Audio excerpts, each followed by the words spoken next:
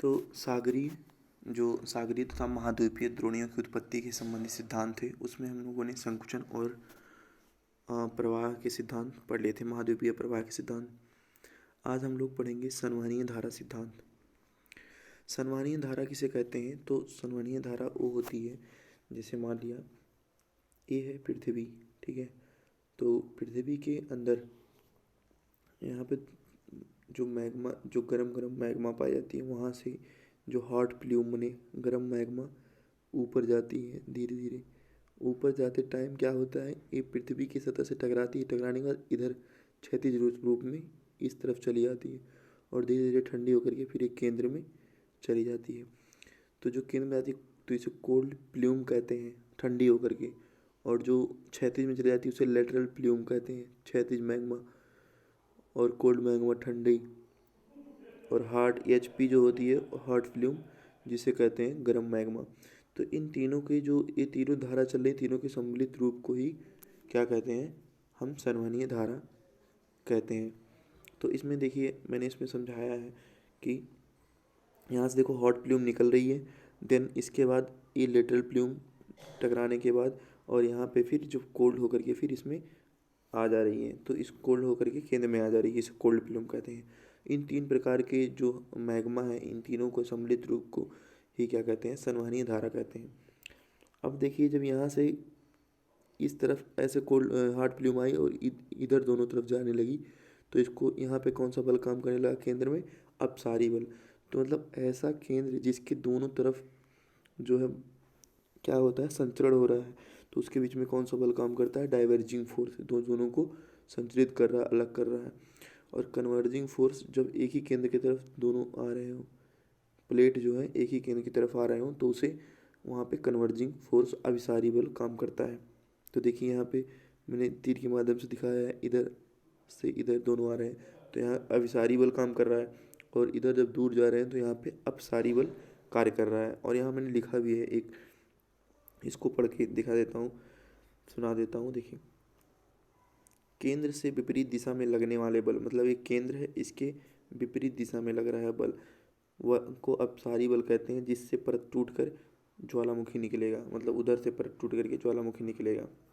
जैसे मान लिया, इसका कहने का मतलब ऐसे है, यहाँ से हॉट प्लूम चला, तो ये धीरे धीरे काटते काटते यहाँ से क्या होगा, ज्वालामुखी निकलेगा, ठीक है। तो इसी अपसारी बल के केंद्र से, और जब केंद्र से समान दिशा में लगने वाला बल अभिसारी बल कहलाता है। अभिसारी बल जो है वलित पर्वत इससे निर्माण होता है। जैसे ऐसे दो आएंगे, एक ही तरफ आएंगे दोनों, ऐसे दोनों के संपीड़न से ऐसे वलित पर्वत हो जाएगा, ऐसे मुड़ जाएगा, तो इसे वलित पर्वत बनते हैं। तो ये हो गया कि संवहनीय धारा किसे कहते हैं। तो एक बार यहाँ पे देख लेते हैं, लेटरल प्लूम, हॉट प्लूम और कोल्ड प्लूम, क्षैतिज मैग्मा, गर्म मैग्मा और ठंडी मैग्मा, इन तीनों का सम्मिलित रूप संवहनीय धारा है। यहाँ पे देखो 3000, यहाँ पे जो चित्र बनाया है मैंने, इसमें मैंने 3000 डिग्री सेल्सियस का जो नीचे का तापमान है, यहाँ से हॉट प्लूम निकल रही है और यहाँ से फिर दीवार से, मतलब जो क्रस्ट है उससे टकरा करके फिर नीचे की तरफ कोल्ड प्लूम के रूप में हो रही है। मतलब ऐसे है, यहाँ से हॉट मैग्मा निकली, ऊपर टकराई तो ऐसे सीधे क्षैतिज में हो गई, क्षैतिज में होते होते फिर धीरे धीरे ठंडी होकर के कोल्ड प्लूम के रूप में नीचे आ गई। तो इसे धुएं के एग्जाम्पल से देखो समझ सकते हैं कि धुआं का एग्जाम्पल, जैसे एक कमरे में खड़े हैं तो धुआं पहले ऊपर उठता है, लेकिन इस छत से जो है ऊपर नहीं जाता है, बल्कि इधर ही क्षैतिज दिशा में मुड़ जाता है और धीरे धीरे फिर नीचे आ जाता है। इसी तरह से संवहनीय धारा भी गति करती है। तो संवहनीय धारा सिद्धांत का जो प्रतिपादन है 1928-29 में प्रसिद्ध भूगर्भवेत्ता आर्थर होम्स ने प्रस्तुत किया।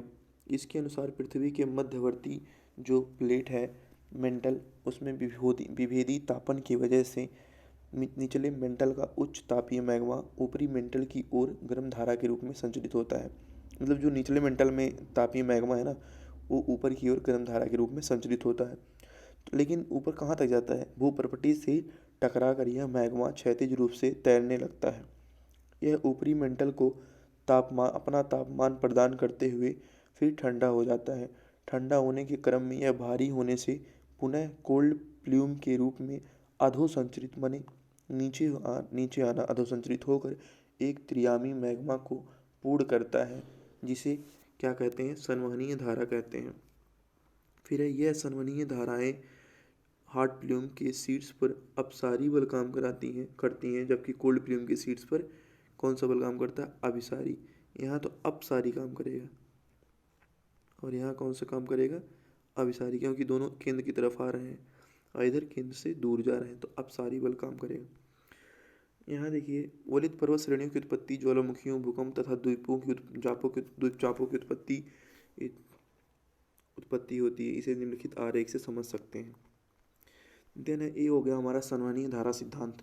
तो संवहनीय धारा सिद्धांत में ज़्यादा कुछ नहीं है, बस आपको ये बताना है कि पृथ्वी पे ये आर्थर होम्स महोदय ने प्रतिपादित किया था, गर्म से निकलती हैं हॉट प्लूम निकलने के बाद 6 दिन में हो जाती है, गर्म टकराने के बाद उसके बाद फिर पुनः कोल्ड प्लूम के रूप में अधोसंचरित हो जाती हैं, मतलब नीचे आ जाती हैं। और इन दोनों के यहाँ पे अपसारी बल काम करता, अपसारी यहाँ पे अपसारी बल काम करता है क्योंकि केंद्र से दोनों तरफ दूर जा रही हैं, यहाँ अपसारी क्योंकि दोनों केंद्र की तरफ आ रही हैं। तो संवहनीय धारा सिद्धांत में बस इतना ही बताना है। फिर है भूचुंबकत। भूचुंबकत क्या होता है? मतलब भूचुंबकत माने पृथ्वी की चुंबकत, भू माने पृथ्वी, चुंबकत माने चुंबकत का गुण जो पाया जाता है। जियोमैग्नेटिज्म क्या होता है? तो इसमें लिखा गया है कि पृथ्वी हमारी क्या है, एक विशालकाय दंड चुंबक की भांति व्यवहार करती है। मतलब कि अगर दंड चुंबक ऐसा चुंबक होता है कि अगर मान लिया उसको घुमाया जाए, जैसे मान लिया ऐसा कोई रॉड है, किसी लड़के से कहो ऐसे टंगा हुआ है, दंड चुंबक की भांति कोई रॉड है, इस नॉर्थ और साउथ पोल ऐसे है, इसको घुमा दो, कह दो घुमाने के लिए, घुमाएगा, जितनी देर तक हाथ में रहेगा उतनी देर तक घुमा रहेगा, जैसे ही छोड़ेगा फिर पुनः स्थिति में आ जाएगा, उसी को दंड चुंबक कहते हैं। तो हमारी पृथ्वी किसके भांति काम करती है? दंड चुंबक की भांति। लेकिन इसका देखो उत्तरी ध्रुव जो होता है ऐसे, इसका उत्तरी ध्रुव जो होता है ये दक्षिण की ओर होता है, और जो दक्षिणी ध्रुव होता है ये उत्तर की ओर। तो इसका दक्षिणी ध्रुव ए है और उत्तरी ध्रुव ए है, दोनों एक दूसरे के विपरीत हैं। देखो यहाँ पे मैं पढ़ देता हूँ। जिसका उत्तरी चुंबकीय ध्रुव दक्षिण की ओर तथा दक्षिणी चुंबकीय ध्रुव उत्तर की ओर उपस्थित होता है, इसे ही पृथ्वी का सामान्य चुंबकीय ध्रुवता नॉर्मल पोलैरिटी कहते हैं। पृथ्वी का समान चुंबकीय ध्रुव, अब देखिए यहाँ पे पृथ्वी मान लिया, ये पृथ्वी है और इसमें इसका जो है ए साउथ और ये नॉर्थ पोल है, ठीक है। तो इसमें नॉर्थ पोल से साउथ पोल की तरफ ऐसे ही जो है इसका चुंबकीय ध्रुवता गति करती है, इसी को चुंबकीय ध्रुवता कहते हैं। चित्र भी बना दीजिएगा। देन अब देखो, चुंबकीय ध्रुवता में 3 सिद्धांत पाए जाते हैं। 3 सिद्धांत पृथ्वी में पाए जाने वाली उत्पत्ति के संबंध में जो भूचुंबकत का कार्ड है उसमें 3 सिद्धांत, 3 मत, एक तो डायनमो, एक तो रदरफोर्ड और बेनेलम। डायनमो ने कहा था कि जो बाहरी क्रोड है वो आंतरिक क्रोड पर तैरता है, तो आंतरिक क्रोड के ऊपर विभेदी घूर्णन करता है, सॉरी तैरता है गलत वर्ड होगा, घूर्णन करता है, जिससे क्या होता है एक ऊर्जा निकलती है विद्युत चुम्बकीय तरंगों के रूप में। यही विद्युत चुम्बकीय तरंगों के रूप में जो ऊर्जा है वो भूचुंबकत है। रदरफोर्ड क्या कहते हैं कि रदरफोर्ड कहते हैं कि जब देखो ये है मान लिया पृथ्वी के अंतरतम भाग ये है और ये बाहरतम भाग, तो जब पृथ्वीकरण हो रहा था तो क्या हो रहा था, यहाँ से जो हल्के पदार्थ हैं वो ऊपर जा रहे थे और ऊपर से कुछ जो भारी पदार्थ हैं वो नीचे आ रहे थे, तो इस प्रकार दोलन की क्रिया हो रही थी। तो इन दोलन की क्रिया से जो ऊर्जा मुक्त होती है वही जो है भूचुंबकत का कारण है। लेकिन बेनेलम ने क्या कहा कि जब बेनेलम ने कहा कि ये तो ठीक है, रदरफोर्ड ने बताया कि ऊपर जा रही हल्के पदार्थ और ये नीचे आ रहे हैं भारी पदार्थ, तो बेनेलम ने कहा इन जब ऊपर जाने और नीचे आने के क्रम में दोनों में क्या होता है, घर्षण लगता है, और घर्षण से जो ऊर्जा मुक्त होती है उसे ही क्या कहते हैं, उससे भूचुंबकत की उत्पत्ति होती है। तो जो भूचुंबकत के कारण में मैंने बता दिया एक शॉर्ट ट्रिक में। अब इसको पढ़ के दिखाता हूँ मैं। देखिए डायनामो सिद्धांत, तो इसमें बताया टब में जब गेंद और पानी घूमने से घर्षण होता है, जब जैसे गेंद जो है भारी है और पानी देर तक घूमता रहता है, घुमा दो तो, और गेंद जो है थोड़ी देर बाद रुक जाता है। तो डायनामो के अनुसार बाहरी क्रोड का लौह धात्विक मैग्मा, जो बाहरी क्रोड का लौह धात्विक मैग्मा है, ऐसे एक क्रोड ना, ये आंतरिक क्रोड ठोस है और बाहरी क्रोड जो है लौह धात्विक मैग्मा है, इसमें तरल पदार्थ। लौह धात्विक मैग्मा आंतरिक ठोस कोर के ऊपर विभेदी घूर्णन की वजह से दोनों में घर्षण बल कार्य करता है, जिससे विद्युत चुम्बकीय तरंगों की उत्पत्ति होती है, जिससे भूचुंबकत की उत्पत्ति होती है। मैंने विद्युत चुम्बकीय तरंगों से ही भूचुंबकत की उत्पत्ति होती है। और यहाँ मैंने चित्र में दिखाया है कि देखो यहाँ पे चित्र में दिखाया है, चित्र देख लीजिएगा डायनामो, उसका डायनामो सिद्धांत का।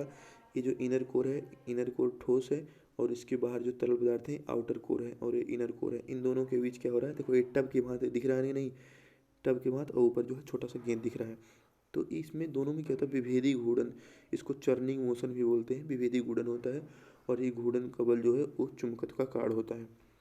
फिर है दूसरा रदरफोर्ड का जो मॉडल है, रदरफोर्ड ने क्या बताया, रदरफोर्ड के अनुसार पृथ्वी के शीतलन के साथ साथ आज भी निचले परवल एवं बाहरी क्रोड के मध्य जो निचला परवर है, ए वाला परवर है, ये तो आउटर कोर है और ये इनर कोर है, और यहाँ निचला परवर है, यहाँ निचला परवर ये है, ऊपरा परवर उसके ऊपर है, ऐसे करके मेंटल का। तो कह रहा है जो निचला परवर है एवं बाहरी क्रोड, और ये बाहरी क्रोड है और ये निचला परवर है, इन दोनों के मध्य क्या हो रहा है, मैग्मा पृथक्करण की प्रक्रिया कार्य कर रही है। मतलब कि उसमें हल्के पदार्थ ऊपर जा रहे हैं और भारी पदार्थ केंद्र की ओर जा रहे हैं।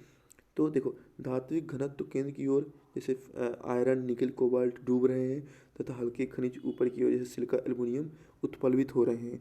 इस प्रक्रिया से उत्पन्न दोलन से मुक्त होने वाली ऊर्जा को ही पृथ्वी का चुंबकत्व कहते हैं। और यहाँ मैंने इस चित्र से के माध्यम से ऐसे करके समझाया है कि हल्के पदार्थ ऊपर जा रहे हैं और भारी पदार्थ नीचे आ रहे हैं, तो ऐसे दोलन की प्रक्रिया हो रही है। इन दोलन की से जो मुक्त ऊर्जा होती है वो पृथ्वी के भूचुंबकत्व का कारण है। फिर है बेनिलम का मत।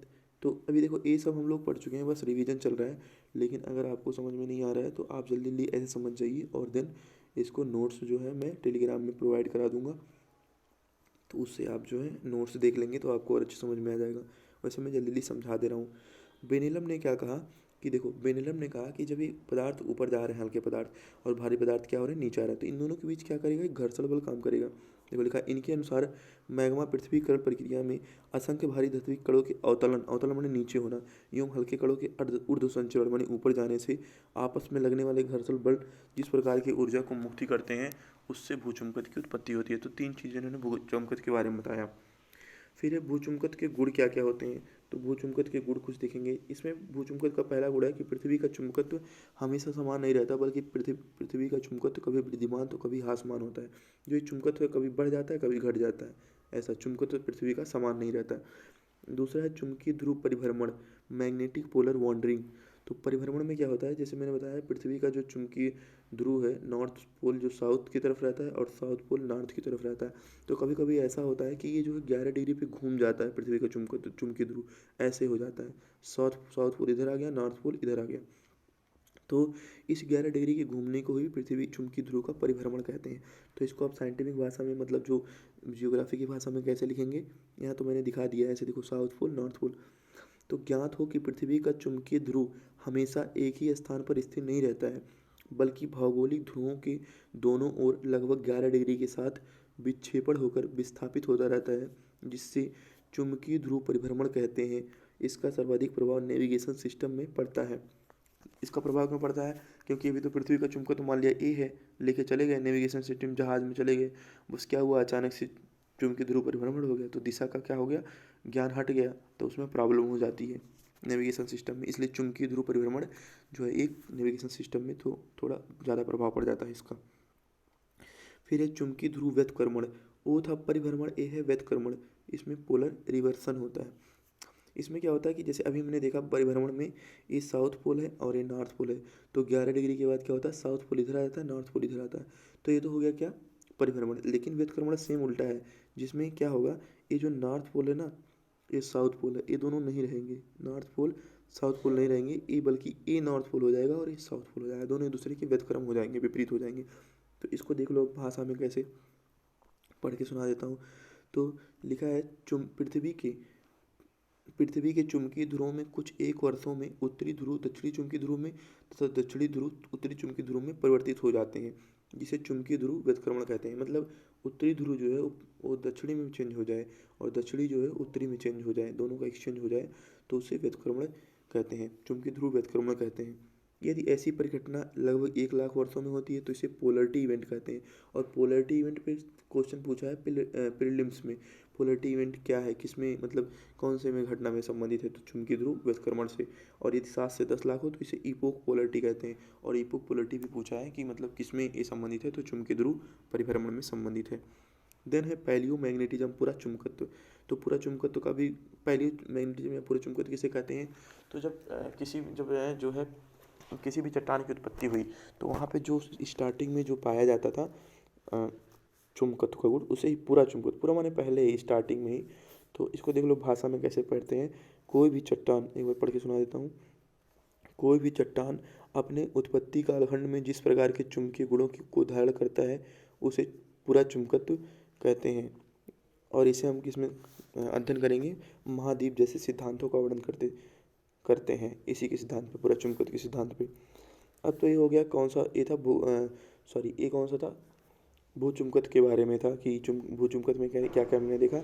भूचुंबकत्व में देखा कि जो भूचुंबकत्व है वो दंडचुंबक के बाद काम करता है पृथ्वी साउथ पोल नॉर्थ की तरफ, नॉर्थ पोल साउथ की तरफ होता है। देन हमने देखा इसमें कि भूचुंबकत्व के 3 कारण हैं।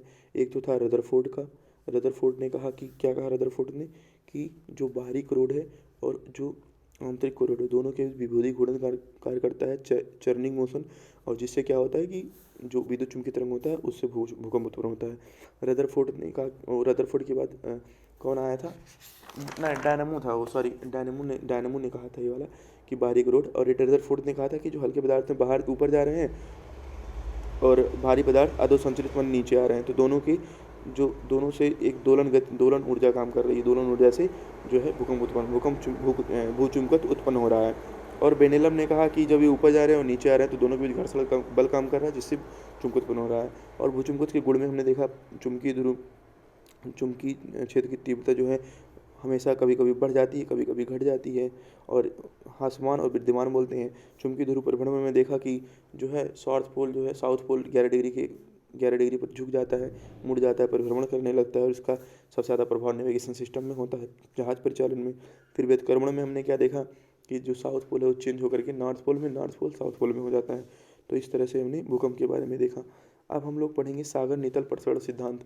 सागर माने सागर, नितल माने नीचे का तल जो है, प्रसरण माने दोनों तरफ फैल रहा है। सिद्धांत माने कौन सिद्धांत है दिया था, उन्हें कैसा सिद्धांत है, इसको बोलते हैं इंग्लिश में सी फ्लोर एक्सप्लोडिंग थ्योरी।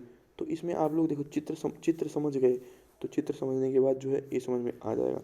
तो देखें पेज सादा है लिए, हाँ पेज सादा लिए हैं, तो इसमें हम पहले चित्र समझाते हैं। चित्र समझाने के बाद जो है सागर नितल प्रसरण सिद्धांत के बारे में थ्योरी आप लोग खुद लिख ले जाएंगे। तो सागर नितल सिद्धांत में क्या होता है, ये है, मान लिया ये 2 सागर हैं, ठीक है, ये 2 सागर नहीं है, सागर के पहले एक क्रस्ट है, अभी बन रहे हैं। अब जब ऊपर पानी भर दिया तो ये क्या हो गए, सागर हो गए, क्या हो गए, सागर हो गए। अब इन सागर में देखो, और यहाँ पे मान लिया महाद्वीपीय भाग है, यहाँ पे भी महाद्वीपीय भाग है। महाद्वीपीय भाग ऊपर क्यों बनाया है इसके, ये नीचे क्यों है, क्योंकि ये भारी होते हैं तो नीचे क्षेपित हो जाते हैं। अब देखिए क्या होता है, यहाँ से मैग्मा चैम्बर या दुर्बलता मंडल है, यहाँ से हॉट प्ल्यूम निकलती है, गर्म गैसें यहाँ से निकलती हैं, निकलते निकलते क्या होता है, यहाँ पे आती हैं, और यहाँ से आने के बाद एक दोनों इस तरफ लेटरल प्ल्यूम, मतलब अब जब क्रस्ट से टकराएंगी तो इधर आ जाएंगी लेटरल प्ल्यूम के रूप में, लेटरल प्ल्यूम माने क्षैतिज की अवस्था में। फिर उसके बाद यहाँ से धीरे ठंडे होकर के कोल्ड प्ल्यूम के रूप में आ जाएंगी, यहाँ कोल्ड प्ल्यूम है। तो अब क्या होता है, यहाँ पे जब लावा या मैग्मा निकलता है तो अंतः सागरीय कटक का निर्माण होता है। क्या निर्माण होता है, अंतः सागरीय कटक बोलते हैं। क्या होता है, अंतः सागरीय कटक का निर्माण होता है। और अंतः सागरीय कटक के निर्माण के समय क्या होता है कि जब यहाँ से आते रहते हैं तो धीरे धीरे क्या होता है, यहाँ पे जो लावा मैग्मा निकलती है यहाँ बगल में थोड़े थोड़े क्रस्ट का निर्माण करते हैं, नए नए क्रस्ट का निर्माण करते हैं। तो इसको तो ऐसे क्या नाम है उनका, हैरी हैस महोदय ने प्रस्तुत किया था सागर नितल प्रसरण सिद्धांत को, हैरी हैस। तो सागर नितल प्रसरण सिद्धांत को कौन प्रस्तुत किया था, हैरी हैस महोदय ने। तो जो हार्ड प्ल्यूम की, ये जो हार्ड प्ल्यूम है इसके ठीक ऊपर, इसके हार्ड प्ल्यूम के ठीक ऊपर क्या होते हैं, अवस्थित होते हैं मैग्मा उद्गार एवं लावा, और इन्हीं से जो होता है क्या, कटकों का निर्माण होता है, अंतःसागरीय कटकों का निर्माण।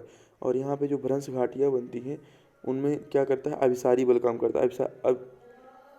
अभिसारी बल काम क्यों करता है, अपसारी बल काम करता है कि अपसारी बल काम करता है, यहाँ पे अपसारी बल काम करता है, क्योंकि ये दोनों एक केंद्र से एक दूसरे के दोनों तरफ दूर जा रहे हैं, तो इसलिए क्या करते हैं, अपसारी बल काम करते हैं। लेकिन हमने शायद नोट्स में अभिसारी लिख दिया है, तो उसको आप लोग रीचेक कर लेना, क्योंकि अब देखो जब केंद्र से दोनों तरफ दूर जाएगी तो कौन सा बल काम करेगा, अपसारी काम करेगा ना, अभिसारी तो करेगा नहीं। अभिसारी तो जब दोनों तरफ सेम आ रही हैं तो अभिसारी होता है। तो ये चीज़ें हो गई। और फिर उसके बाद क्या होता है, कटकों का जो कटक बने हैं, इन दोनों जैसे दो सागरीय क्रस्ट हैं, तो जो कटक बने हैं, कटक के नीचे क्या होता है, बेसाल्टिक, ये जो कटक बने हैं इनके यहीं बगल में ही क्या होता है, बेसाल्टिक रूप से मैग्मा जमाव धीरे धीरे होता है और नवीन नवीन सागरीय क्रस्ट का निर्माण होता है। और यहाँ भी धीरे धीरे क्रस्ट का निर्माण होता है, ये मैग्मा ऐसे से फैल जाते हैं। और क्या होता है, जब यहाँ से हार्ट प्लूम चलते हैं तो लिटरल प्लूम क्या होता है, लिटरल प्लूम जो होता है वो क्या करता है, इन दोनों क्रस्ट को खींचता है, माने प्रसरण करता है, इन दोनों क्रस्टों का प्रसरण होता है, खिंचाव होता है। और खिंचाव से क्या होता है, ये दोनों जो है, जो यहाँ पे महाद्वीप है उसके नीचे विक्षेपित हो जाती हैं, और विक्षेपित होने के बाद यहाँ पे क्या निर्माण होता है, खाई का निर्माण होता है यहाँ। जैसे मान लिया ये है सागरी क्रस्ट, ठीक है, एक मिनट, ये है मान लिया सागरी क्रस्ट ऐसे, और यहाँ पे है क्या, महाद्वीप। तो इसमें जो बीच में है ये खाई का निर्माण हो जाता है, खींचने से क्या होता है, खाई बन जाती है, इसको खाइयाँ ट्रेंच कहते हैं।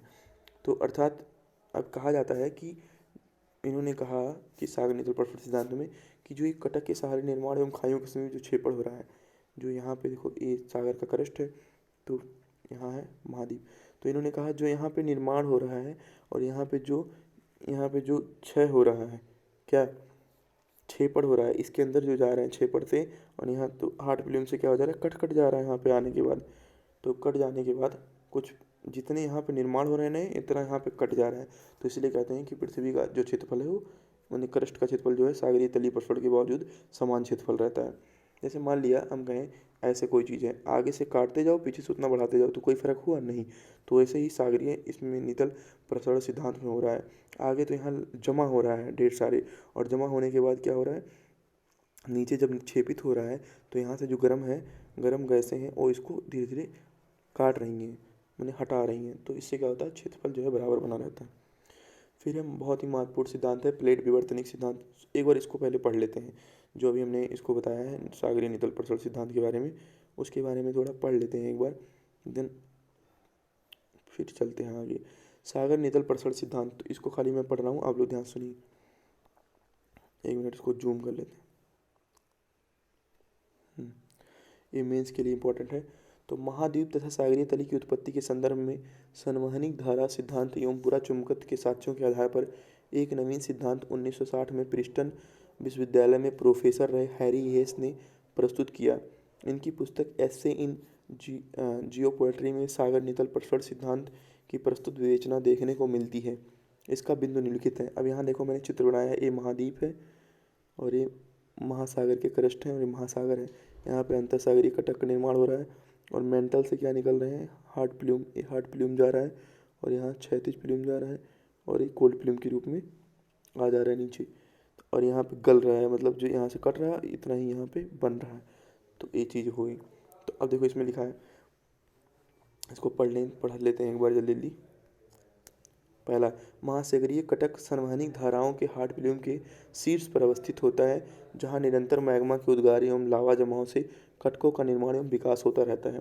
दूसरा, कटकों के शीर्ष में पाए जाने वाली जो भ्रंश घाटियाँ हैं, भ्रंश घाटियाँ ने ऐसे करके जो भ्रंश घाटियाँ हैं वो तनाव बल का परिचायक हैं, जिन्हें अपसारी बल कहते हैं, अभिसारी नहीं अपसारी बल कहते हैं।